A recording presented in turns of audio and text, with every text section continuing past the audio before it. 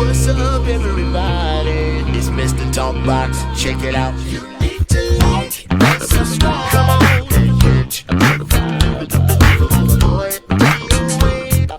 DOA playlist. Let's keep it funky. YouTube family and YouTube world, I am back. I'm so glad to be here. First, I got to tell everybody, continue to pray for this country. Continue to pray for one another.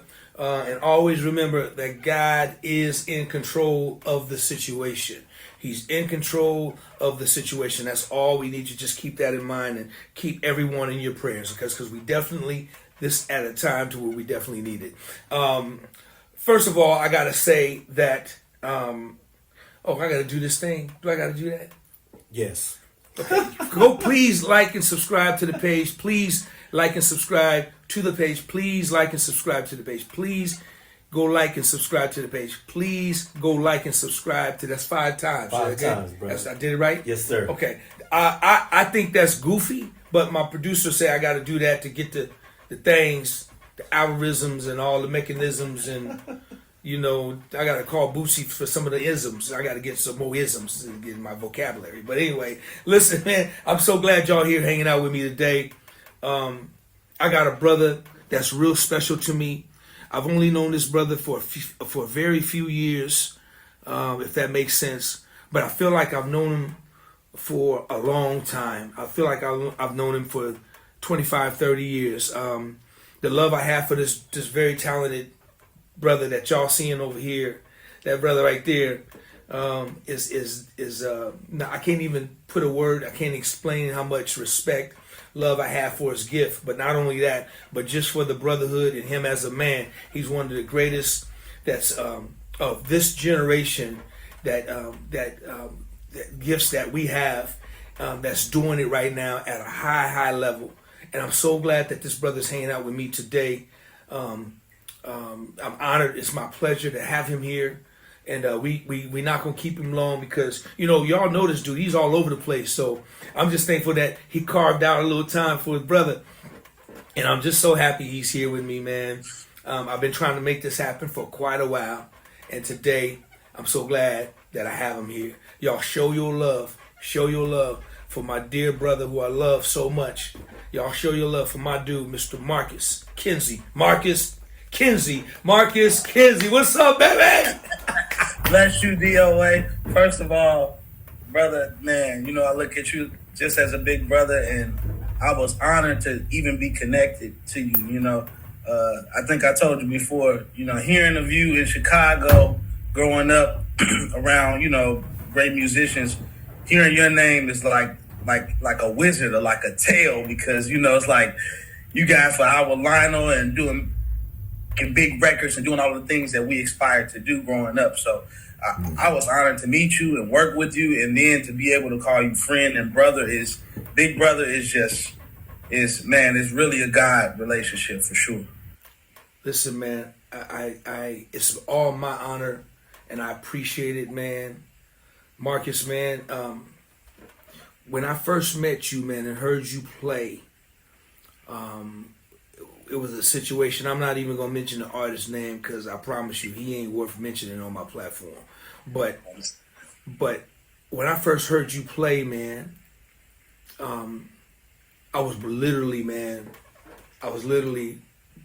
blown away just hearing you play, man. When I was lost for words, and then the time we spent together in that situation at that time, just watching you be magical on stage and with your creativity and the way you think, man, about music, man. I was just like, I said, man, you know, this is one of my favorites, man. This is one of my favorites of all time. There's something in the water though in Chicago, man. I promise, man.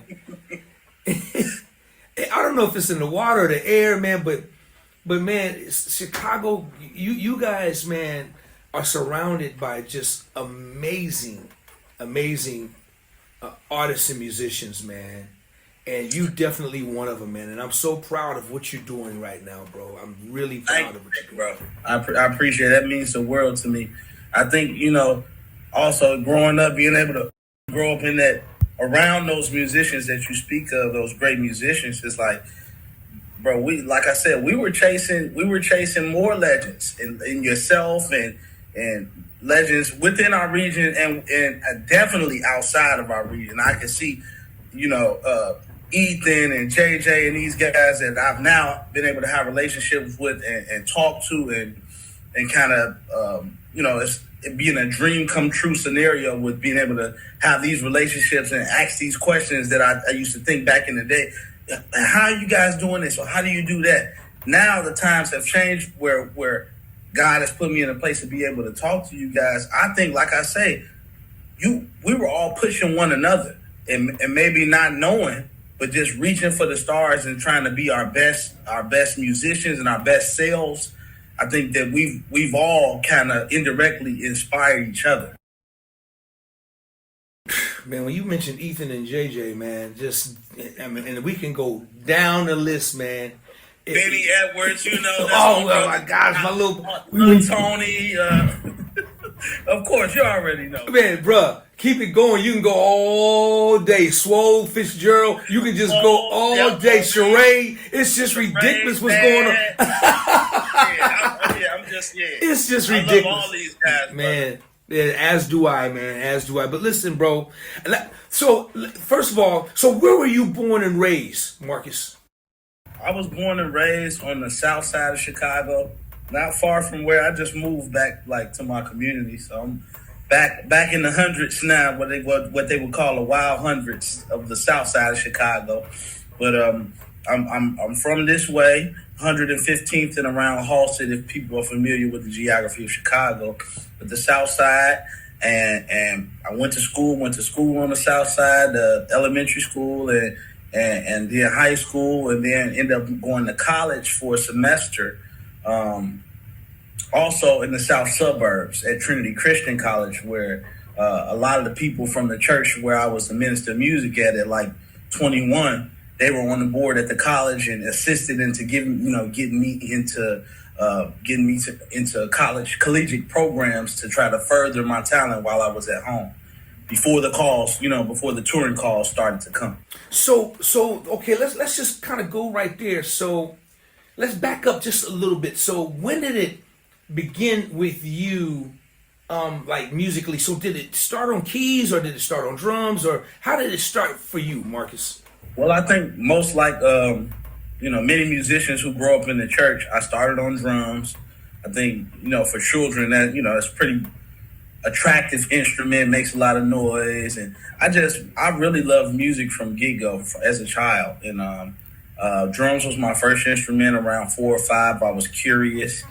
Both of my grandparents, my great-grandparents on my mother's side and my grandparents on my father's side, they invested into me in an early age, getting me little instruments and keyboards and things of this nature. And then growing up in church with my great grandmother, Callie Franklin, she raised me, and she stayed in church. She had, and most importantly, she had a really close connection with the Lord, and she was very, very religious. And I wouldn't even say religious, but she was in tune with God and the things of God. So I think that was also an important factor in being in church, being around the music. So I gravitated to the drums first.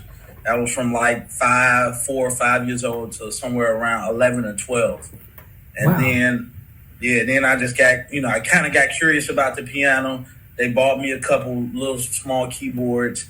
And then I remember I was probably like 11 or 12, maybe 13. I got prayed for at church one time. The spirit was really high. And I got prophesied to that, I would start playing piano and I would play around the world and be before great men and all of this stuff. And that was at 13. I kid you not, the next morning I was playing full chords, and then going forward, I kind of was taking care of the music, from a key aspect, from the keys aspect at my church. And that was from 13 to, until I left my home church. Wow. Incredible. Wow. Yeah, so I really look at God and I say, I believe in miracles. I believe in, I believe in the power of God. You know what I mean? That is, That's the basis of why I do this, and and where the gift comes from. You know what I mean? I can take no credit. Like I tell everybody, man, just know when I do this, Marcus, it's like 50,000 people just standing up, man, just giving you a standing O, man. That's very strong, man. And you're right, man.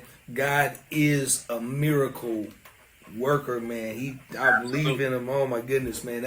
You said it's so beautiful. So at 13, so Marcus, when did it start with you? Like in your teenage years, like when did you kind of get involved with, like, playing around and getting involved with playing other choirs or groups? When did all of that start for you? That had to start around the age of somewhere around 15, 16 in high school. I met a gentleman by the name of Gerald Wilson, who was the first cousin of Cornell Thigpen, who was another great Chicago musician who passed on. May he rest in peace. Cornell's first cousin was a drummer in Chicago and was kind of prolific in different gospel choirs for playing drums. He was at my high school. He was a security guard and just happened to kind of take on the mantle of the gospel choir at the school. In doing that, he brought along all of his resources and really, really sold into me. That was a time where I didn't want to go to class. I had just got a car. I was 16. I really didn't want to do anything but play music, and he made me go to class. He used to take my keys so I wouldn't ditch and leave school early. He was a super influential person in my life. That's another thing. It's like he's always sent me mentors and people and leaders that I could look to for advice, even if I wasn't seeking their advice. Right. He knew who I needed. God has always sent me who I needed. So in that, he introduced me to a host of people, Damon Johnson, Gerald Gray, which was super influential and put me with Philip Feaster and different guys that would hone my talent or my gift that I did have, hone it to be able to grow and be at levels where it can continue to grow and, maybe put me in different places. So I gotta give it to you again, bro. So basically, guys, he surrounded you around angels, man. You had these angels that's been surrounded around you back then and still to this day. Yeah. So that's why great things continue to happen for you, man. And I get it. So what was your first big experience, whether it was just like local, where you just said, oh man, I'm on this platform with these, man, I feel this is it. When was that, man? It happened a couple times, somewhere around the year 2008, 2009. That was it's like my first year of college. I was out of high school for a while. I was playing around the city, playing in different bands, really with my band, Shock and Truth. We were playing for different choirs around the city and really honing in on songwriting and learning to do different things before the road thing happened. So I was still very, very excited to play on the road. I wanted that call bad, but I just was, honing in on the stuff that was available to me. Yeah. Making sure I was approaching that just as if I was on the road. I was bringing my Korg M3 for key bass, and I was playing that in church. Mm-hmm. Playing key bass in church and doing different things that I just wanted to do on the road. So 08, I got connected through one of my close mentors, Mario Moody. He connected me with Rex Hardy Jr. Once that happened, Rex and I became very close, and he saw potential in me. He called me for Avant. I played for like a WGN morning show, and then he had a show that Friday night somewhere downtown Chicago. So there was a rehearsal and all of that. Sent me the music. It went great, and that night was one of the nights I also felt like it's about to happen. This is a great sign. This is a great sign. I had such a great time. I'm a lover of R&B, so that was right up my alley, Avant. And then I think that was Rex's like test call. Okay. You know, this. Let me see. Let me make sure he's ready. I believe he's ready. Let me make sure. That went well. I had to say that was around November of '08. Fast forward, I wrote in college because I was like, I ain't going on tour right now. I'm gonna go get a music education degree. It's like, so cool. And then I'm in college, not even a semester. I mean, it's like March or February or March of 2009. Rex calls me. He's like, hey, I got a tour lined up. It's like, what you doing for the next 3 months? I said, whatever you're doing. That's what we're doing. It happened to be Carrie Hilson and The Dream. We were playing in both bands and opening up for Keisha Cole's A Different Me tour, which Keisha Cole was huge in '09. Like this was like one of her breakout tours and breakout albums. So Swole was in the band, Lil Gerald was in the band, Kevin Randolph was in the band, and Steve Wyerman, who's in Cocaine 80s and does a lot of amazing work with James Finally and other people. He was in the band. They were in Keisha's band. So I had a front seat to their band and watch how they work. And then I also, me, Rex, Monty, and Zach from Atlanta. What's Zach Scott? That's another one of my OGs. So Zach, we were in the band for Dream and Carrie Hilson, one band, 2 artists. That was my first experience on tour, on a bus, getting per diem, learning how to make a different amount of, a higher amount of money, how to manage a higher amount of money, learning scheduling and being on time, just really learning how to be a professional. That was my first crack at that. And that was another moment I was like, okay, this is it. Life is happening. And I was just grateful. You never, it's crazy, man, because you never forget those moments right there, because that was like the beginning of the thing, man. You just never, you always go back to that, man. You never forget those moments, man. That's awesome, man. Big shout out to Rex, man. Just another giant, man. Just a big major shout out, man. So after that, because there's so, man, I can have you here for the next week with just going down your resume, bro. And I just want people to know as much as I can possibly get them to know in such a short period of time. So from that 3 months. So did you ever go back? Well, let me ask you this question first. So coming out of the church for you, right? How did they feel about you coming out of the church, then going and playing secular music? Was that ever a problem for you?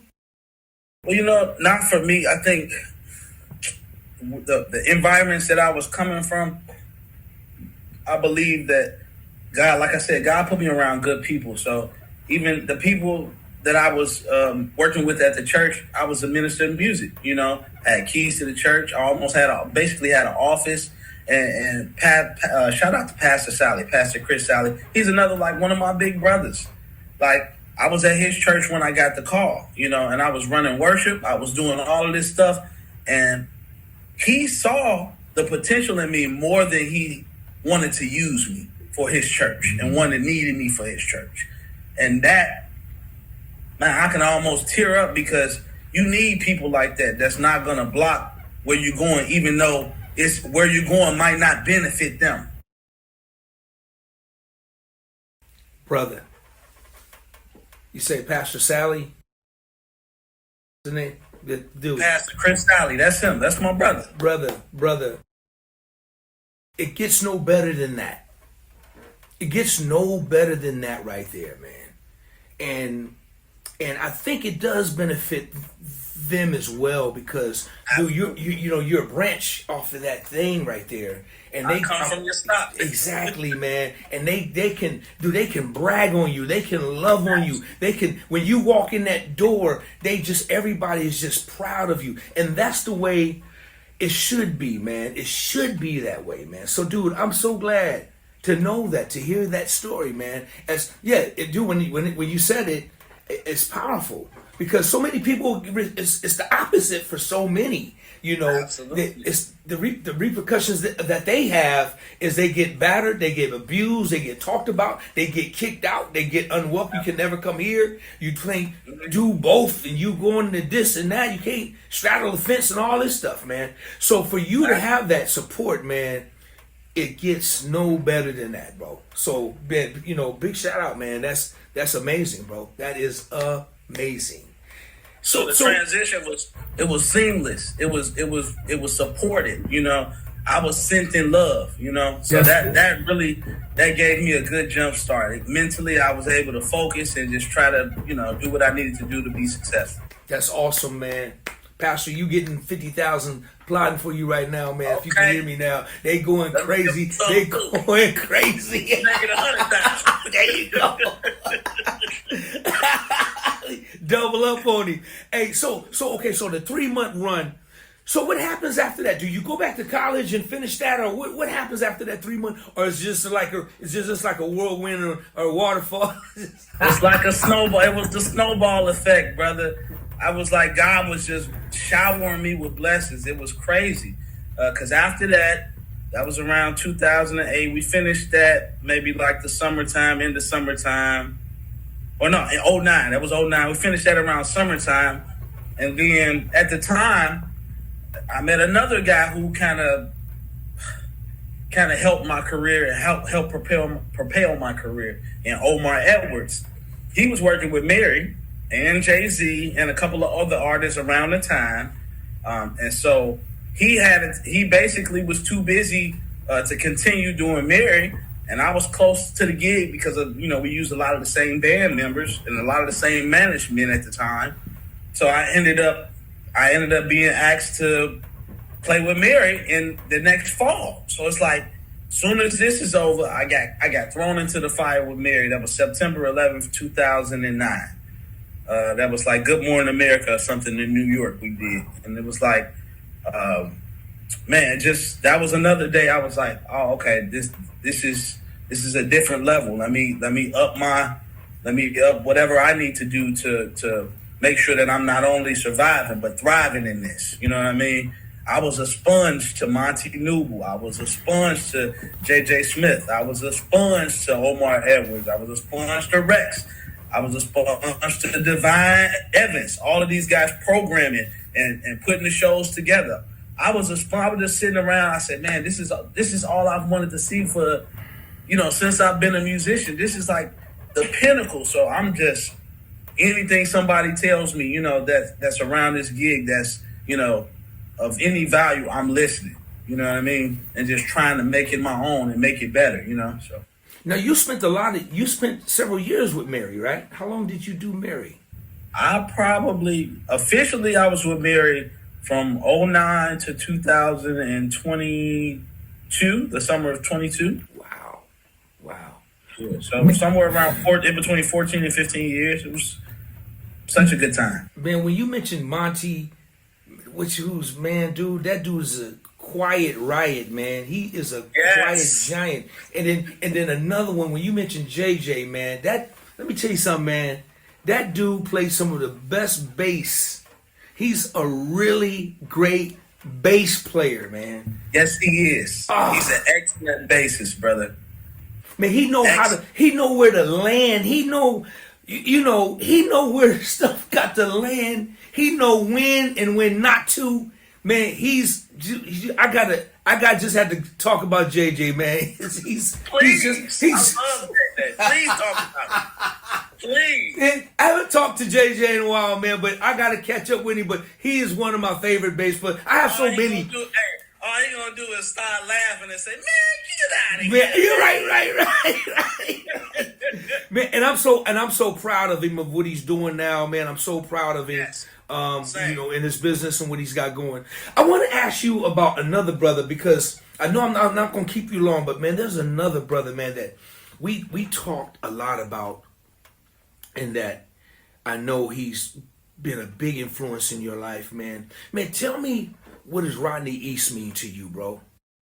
Oh, Rodney East means almost everything, man. Everything to me, as far as who I am as a person and how I learned how to play piano in this city, and how most of us learn how to play piano in this city, is built around pillars that are already standing up. So Rodney East, to me, is a part of a tree and a pillar that a lot of us glean from. Then we have Eric Thomas and Philip Feaster, Monte Filon, and a lot of these guys. It's another style or a tree which is more Baptist, and Rodney and Jason and Ed Showers is a tree which is more from the Kojic side. I have gleaned from both. I've gleaned from all the styles of the pillars of the guys in this, keyboard community in Chicago. So Rodney, when you talk about Rodney, he's a guy who is excellent. He has excellent church dexterity and church knowledge and know how to move a church, but also can go into the studio and be on number one hits and be the nucleus of a whole generation of R&B. So when you're talking about that, you got to understand that this is somebody that's at a genius level at doing this. When not only I have conquered one area of being able to do this, but I can delve into a whole different area that inspires a whole nother side of music.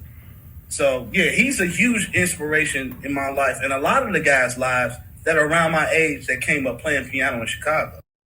Man, I am a super fan of that brother, man. I'm a super fan of that brother, man. I think, Absolutely, me as well. Yeah, it's just impeccable, man. Just impeccable. So let me ask you this. Did you ever live in LA, or was all your time spent in Chicago? Well, I lived in LA from 2014, that was 2015. Maybe about 9 or 10 months. It was great. I loved it. I was not prepared for it. It swallowed me up whole, brother. I said, I came out there with no car. That rent was kicking my butt, but I enjoyed every moment of it. It was a good lesson for me, and also I'm not opposed to moving back to LA. I love the West Coast, and I know life is not final. Where I am right now is not final. I love Chicago, and at the time it made sense to move back home. But I do believe God will reward me, put me in a place where I can live in California and be, financially, living in abundance. You know what I mean? That time is not right now, but the time that I do have in Chicago, I believe that, I'm able to sow and do things that I need to do around here. But I love LA.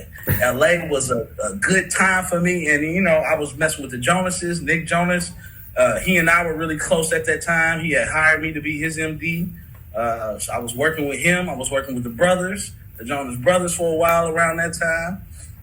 I worked on BJ's album, BJ's Chicago Kid. He's another one of my big brothers. I worked on his album that was nominated for a Grammy. So it was like in that year, a whole lot of things happened that was amazing for me. And, I just take those experiences. And like I said, I know I get another crack at LA. And when I do, I'll be happy about it. Yeah, man, LA is that it will do that, man. It will kind of, it's overwhelming. I mean, in my time when I moved to LA, I was there for like 3 years, and I'm coming from a countryside of Sacramento, bro. At that time, it was like it was like real country, man. And oh my goodness! And even though I'm 350 miles away, it felt like I was in a whole other thing. But it was definitely a struggle. But I'm just thankful that, and it's crazy, man. When I left Sacramento, I promised myself I was never coming back. I'm going to LA. I ain't never coming back, man. Exactly. Bro, I couldn't wait to be able to finally get back to Sac and be able to make my living from Sac and do what I got to do, man. It was crazy, man, because I talked to a couple other Chicago cats that has some of the same stories that you have. Like they just kind of went out there, stayed for a little bit, and then kind of came on back. But when you're great, man, it don't matter where you live. You gonna be, people gonna call. When you get to that position in your career, just know, man, you're successful beyond successful when they don't care where you live. We coming where you at now. Oh, we got you. Fly from everywhere, brother. As long as you can get to the airport. That's it. Now let's get to this real quick, man. Brother, what y'all are doing out there right now with Janet, man, is absolutely phenomenal, man. I mean, I never ever thought it could be done at such the level that we did it on Rhythm Nation, you know, and we were out there for a long time, and we had Chucky Booker and I,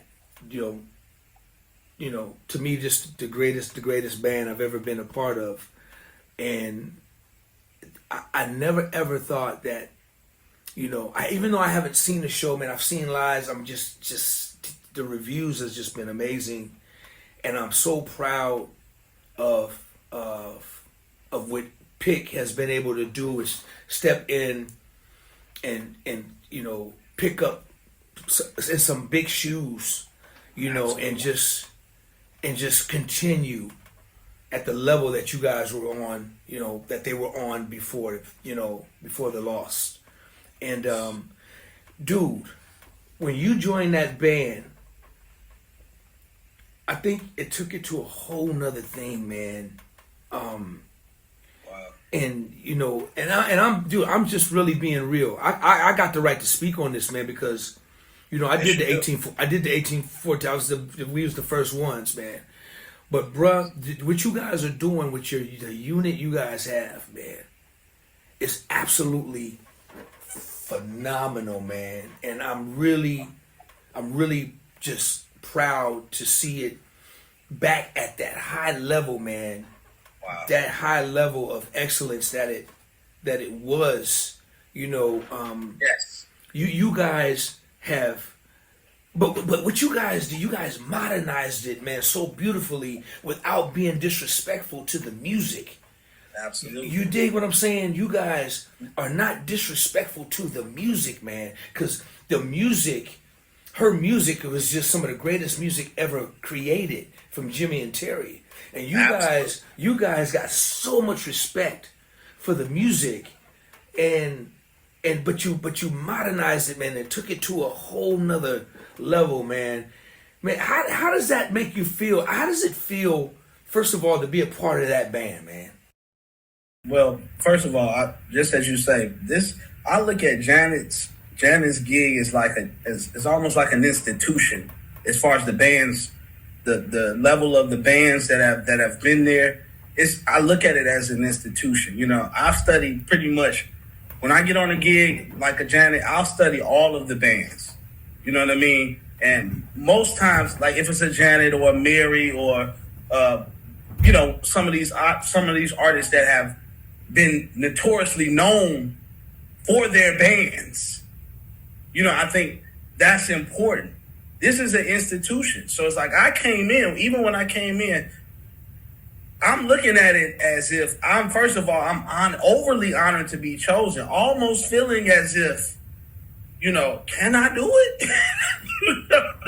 These guys believe in me that much. If they believe in me, and of course I have confidence in myself, but I respect this gig.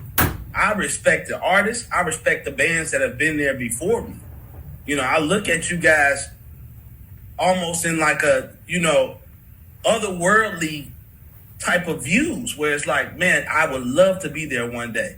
And like I said, to be there, in real time right now is such a blessing, so I don't take it lightly. Anytime I'm at rehearsal, anytime I'm, we're figuring out arrangements or we're just, thinking about approaches, it's all with that in mind, what you guys have done already.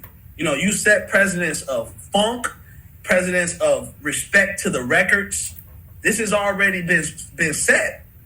There's a way to play this gig already. Yes, there are things that you can change and ways that you can approach it that might be customary, or things that you can inflect upon the gig that might make it grow or make things better. But the basis of there's already a roadmap. So I think those are my feelings coming into it. I respect the institution first. Chucky Booker, like, come on, bro. If you're talking about funk, you can't even really talk about funk without talking about Chucky Booker. You can't talk about funk without talking about Oakland funk. Like, you can't talk. there are things that are already, like I said, set up and set in stone for how to be successful in that gig, on the Janet gig. So I feel like with that, that's almost like an open book test. You know what I mean? You have the keys. You have the knowledge. It's right here if you just do your homework, go on YouTube, or just ask the people that make themselves available to you. I look at Pick from, I had never worked with him before this gig. This is our first time working together, but I've been knowing Eric for years. He's a legend. He's a legend in Chicago. We respect him. We respect, greatness. So it's like, bro, getting on that gig, it was a dream come true. The situation was unfortunate, because we lost a brother of ours, rest in peace, Daniel Jones. But I was able to see him on that gig. I saw Daniel Jones play that gig. I saw him and be that gig when I had no connection to it. I saw the passion. I saw the level of seriousness. I heard the stories of how some nights he's going to stay up all night to figure it out. Sometimes it's going to take sacrifices that you feel like you've eclipsed already in your career. Oh, I've already stayed up all night and I'm past that. No, I'm not past. No, you're not. When you're working when it requires another push, when it requires more growth, you have to give it. So I've been able to see that in the past from different people on the gig, and I think that's tailored my approach, to playing for Janet. And that's probably the best way I can say it. You guys already did it, man. It's incredible. So now it's like, how can I grow this? How can I keep respecting this? Well, what I like about you, bruh, is you're a spider web. You doing this on the gig. You like Larry Dunn, man. You doing this on the gig, bruh. And that's that. Man, we that's what it's all about, man. I mean, you doing this. You like this, man. It's like, even though we're playing with programming as well, but it's like, those records, that's what they call it. It's parts. And I love parts. It's like, I learned a show, we rehearsed for 3 weeks or rehearsed for a month. By the time I get on the road, I'm on cruise control. I'm not even thinking about my fingers is just moving. My body is just moving to what keyboard is next. So even with the spider thing, it's just about repetition and parts. Loving these records truly and understanding the essence of where they come from. Like you said, Jimmy and Terry are musicians. So it's like the fact that they chose to use these sounds, that made a whole new sound in pop and R&B and hip hop and dance music. So it's like, you have to play some of those sounds, all of those sounds if you can. You got it, you feel me? It's so important. So I always feel honored just to even be able to approach that. I would approach that at home doing something, around the city, a Janet Jackson tribute. I would try to approach it the same way, but I'm honored and blessed to be able to be in that seat. And so I don't take it for granted at all, ever. Brother, man, you just hit such a nugget, man. You just hit a gem that I'm just hoping everybody's gonna get that. That's just really, really, man, a great gem, man. I'm gonna go back to Pick and then we gonna move on, man. Dude, I can't tell you how, first of all, how much I love that dude, man. I take a bullet for that dude any day. Absolutely. I love that dude with all my life, man. And I'm very, very, very, very proud of him, man. I'm very proud of him and what he's done, not with just Janet, but just what he's done with his career, man. Absolutely. You always want people to be better than you. I mean, I want my kids to be better than me, man. I want everybody who's coming up on, I want them to do better, man. Do better. Be better than me. Go, don't do what I did. Do better. Do more than what I did. Mm-hmm. And so when I look at Pick, man, and know where we come from in our history and how we were raised together, and watching him as a kid, and he watching me, and having the love and respect for his big brother, and just right there up under me, man, for since 5.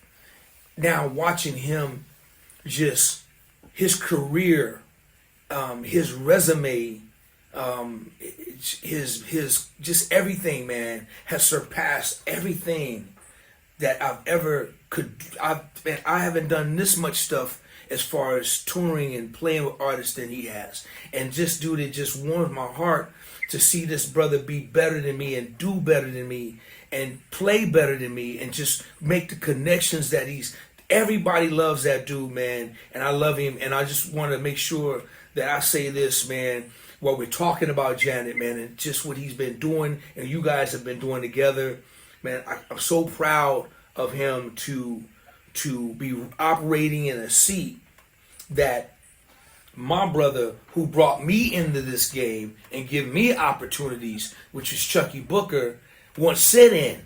You dig what I'm saying? So I'm like, man, God, this is crazy, man. And you know, all like you said earlier, you know, nobody wants the glory. All the glory goes to him. God has all the glory. But just kicking back, watching that, and what this brother is doing, man, with his career and his life, man, and his manhood, as a father, as a husband, and just everything he's doing, man. I just want to say, little bruh, man, dude, I'm so proud of you, man. Just I can't even tell you enough, man, of how blessed I am to have that dude in my life, man. That dude, and him and Jude, man, both of them dudes in my life, man, has been such a blessing. And I get to watch, man. You know, I get to watch you guys do your thing. And I'm a fan, bro. I'm a fan of what you guys are doing. I'm a fan of you. And man, I'm so glad you came here. But let's finish this up like this. Let's talk about your artistry, man. Let's talk about you, what you're doing for Marcus Kincy, man. Talk a little bit about what's going on with some of your solo stuff. Well, I just put out a single called Time With You on Valentine's Day. So it's been out for a little bit over a month. And I believe it's one of my best records to date. You know, I think the writing and production is a nod to where I come from, while still propelling forward and futuristic and what's next in R&B. I feel like it's a healthy mix of both. Okay, hold it right there. What's the single called? It's called Time With You. Kincy, K-I-N-C-Y, Time With You. Mel, let's cue that single up and let's run that single right now. Time With You. Time With You? Time With You. Here we go. Y'all check this out. Can we cue that up? Yes, let's sir. go.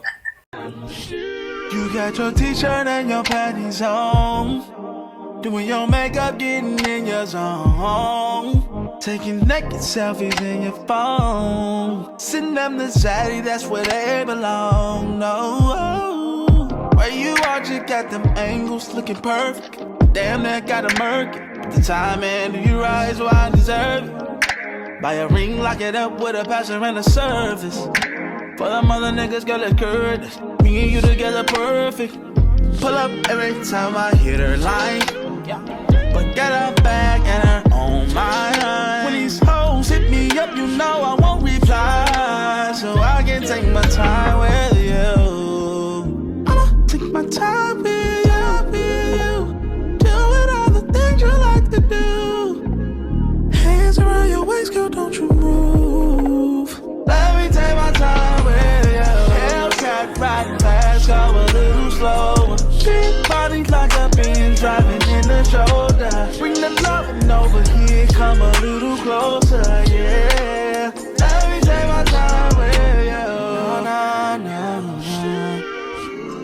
Late night, I got something, boy. Got that gas, baby, we can roll. You make me hot, girl, you got that flame. Feel so good when you call my name. Phone on D&D. You can be sure that I get everything you need. No interruptions, we can have our privacy. Just need your body, baby, bring it to me. Girl, I promise not to rush the moment I share my life with you. The love you give to me is so wonderful that I'd spend my last time on you. That's why I'ma take my time with you.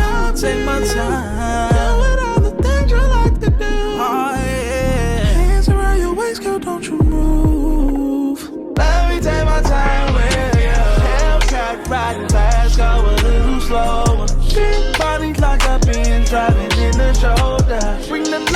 over here, come a little closer, yeah. Let me take my time with you.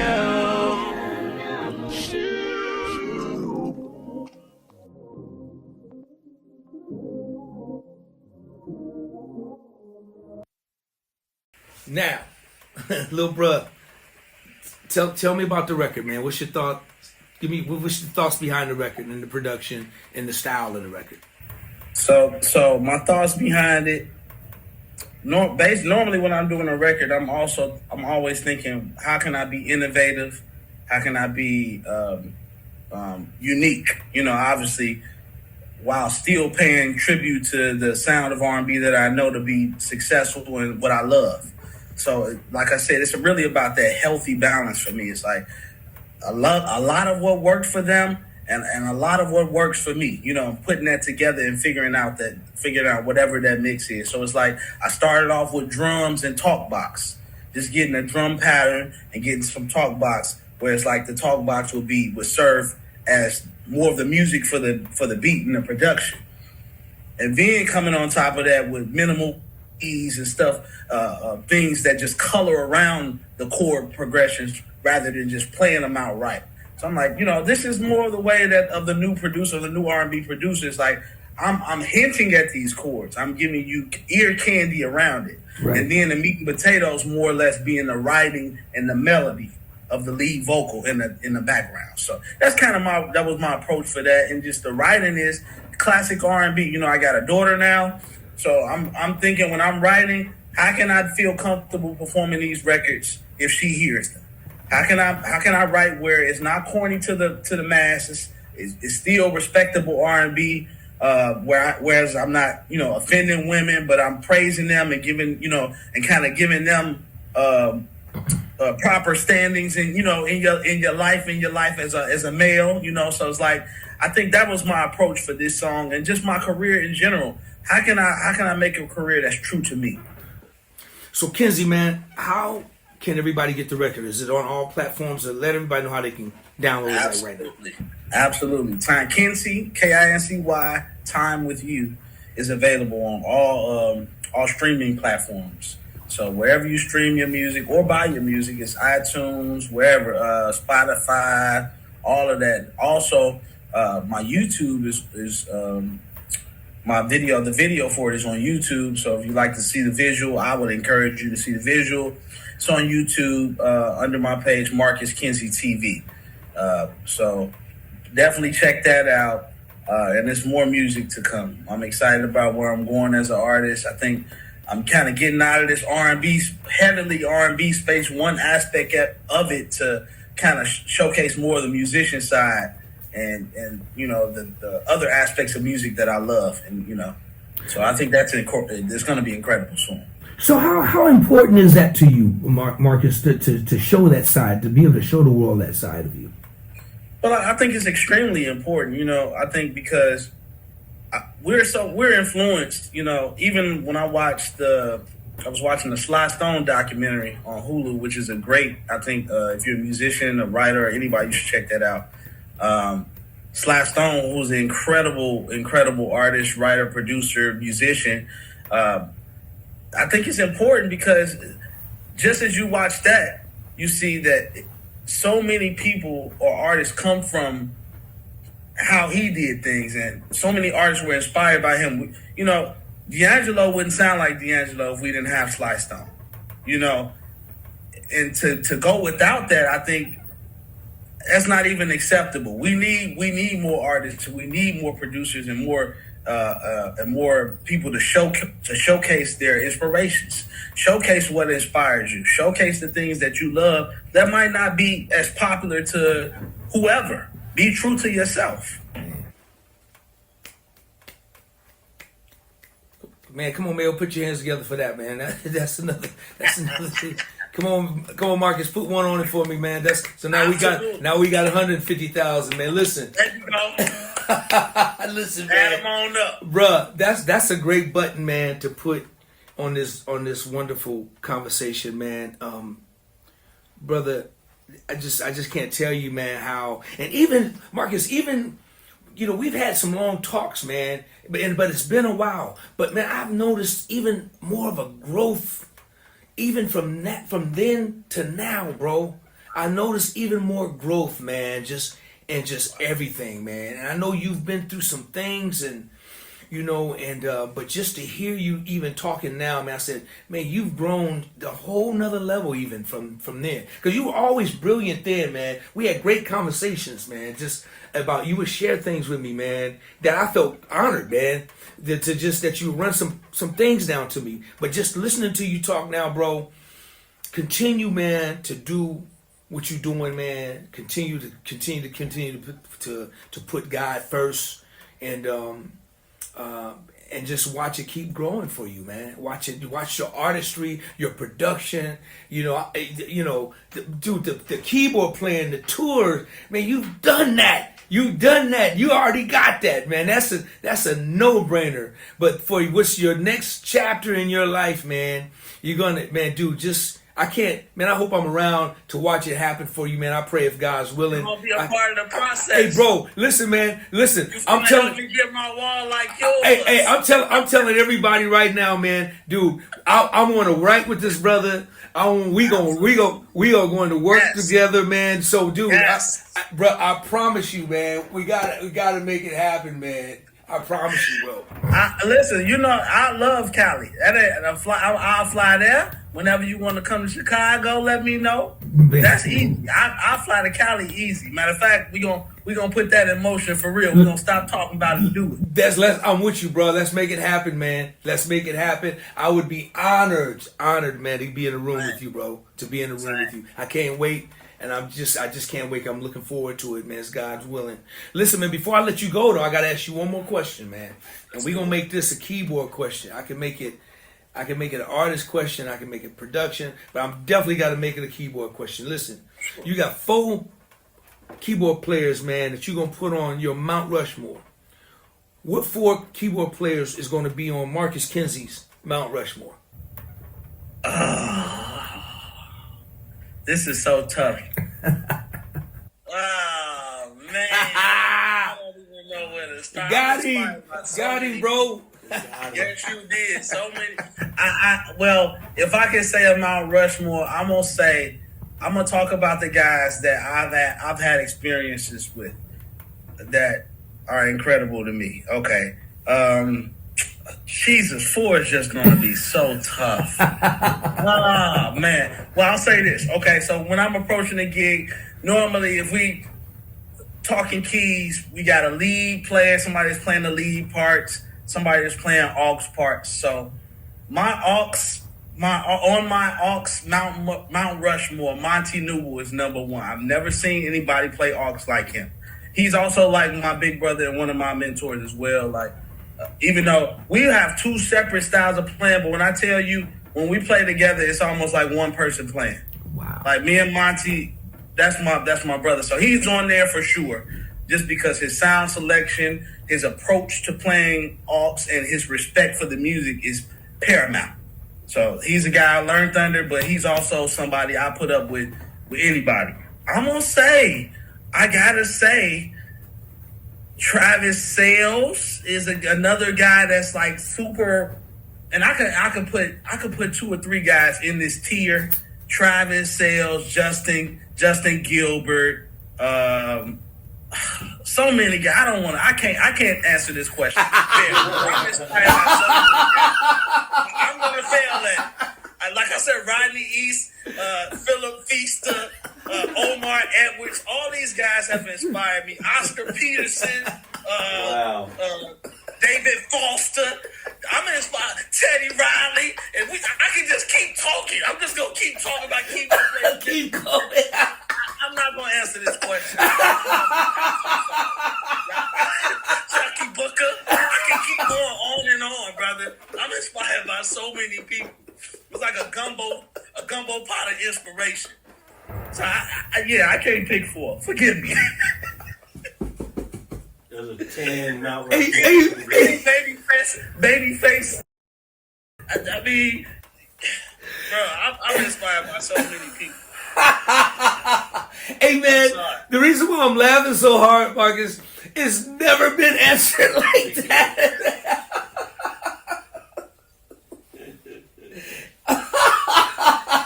Ernie Hancock, I can keep going on and on.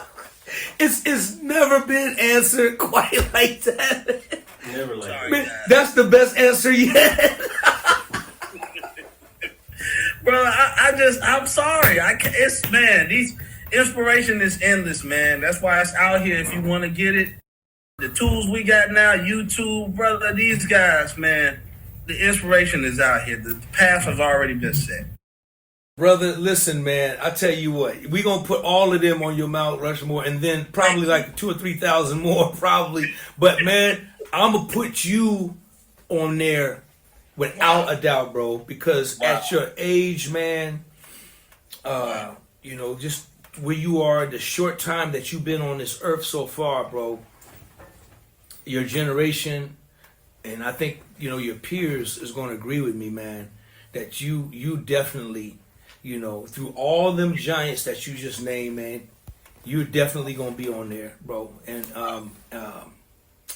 so you know, you gonna be on Mount Rush. I'm gonna put you. You gonna be a little pinky, kind of just like a little pinky, kind of sticking out. You know, little baby. That's right. That's right. Listen, however I make it, as long as I appreciate you. You on there, bro. You on there standing tall. Listen, bro. Let everybody know how they can reach you, man, and follow you, bro. Please, man. I'm available by email, marcus.kincy@gmail.com for whoever wants to reach out. My socials are at Marcus Kincy, MarcusKincy. That's Instagram and Twitter. My Facebook, I'm not really active on Facebook, but I'm there as well, Marcus K. Kincy. However, yeah, those are the best ways to like look out for music coming from me or announcements. I got new songs coming out in the next couple of weeks. I'm gonna do some live stuff in here in Chicago, and then we're gonna get ready and go back to the residency with Janet in May. So, and I'm looking forward to more things this summer. We're doing festivals in Chicago and different stuff. Like I said, I'm really into investing into my community and my city. The live music scene here is amazing. So I want to keep pushing that, and I'm just looking forward to, you know, what God and what I'm able to accomplish, you know, through the disciplines and the inspiration that you guys have already, you know, set, bro. So I appreciate you having me. I'm honored again to be here. Man, listen, this is my honor, man. This is so fun, so great, man. The conversation was so in depth and rich, man. And I'm sure that, you know, people that's on my platform that's checking this out, man, is going to be honored, man, and you know, and get some valuable information, man, that you've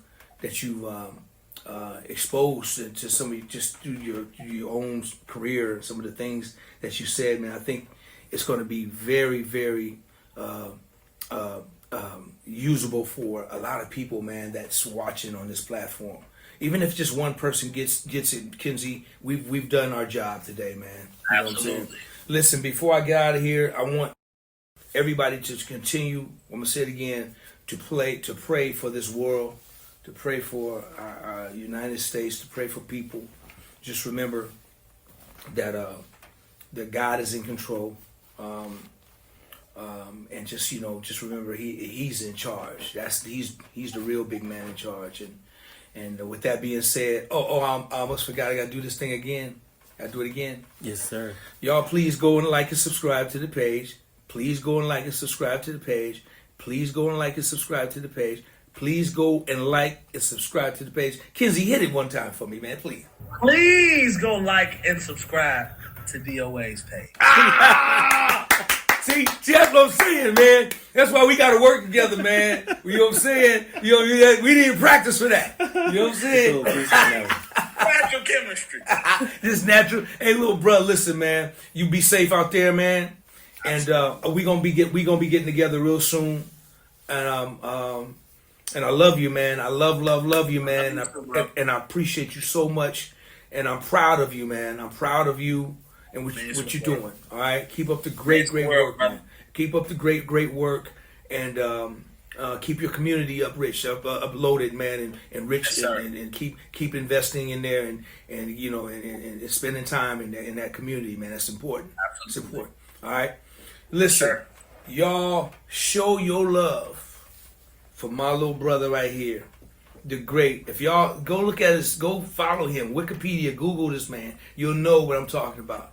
All right, y'all, show your love for my beautiful dear brother right here, Mr. Marcus Kincy. Love you, man. Love you, brother.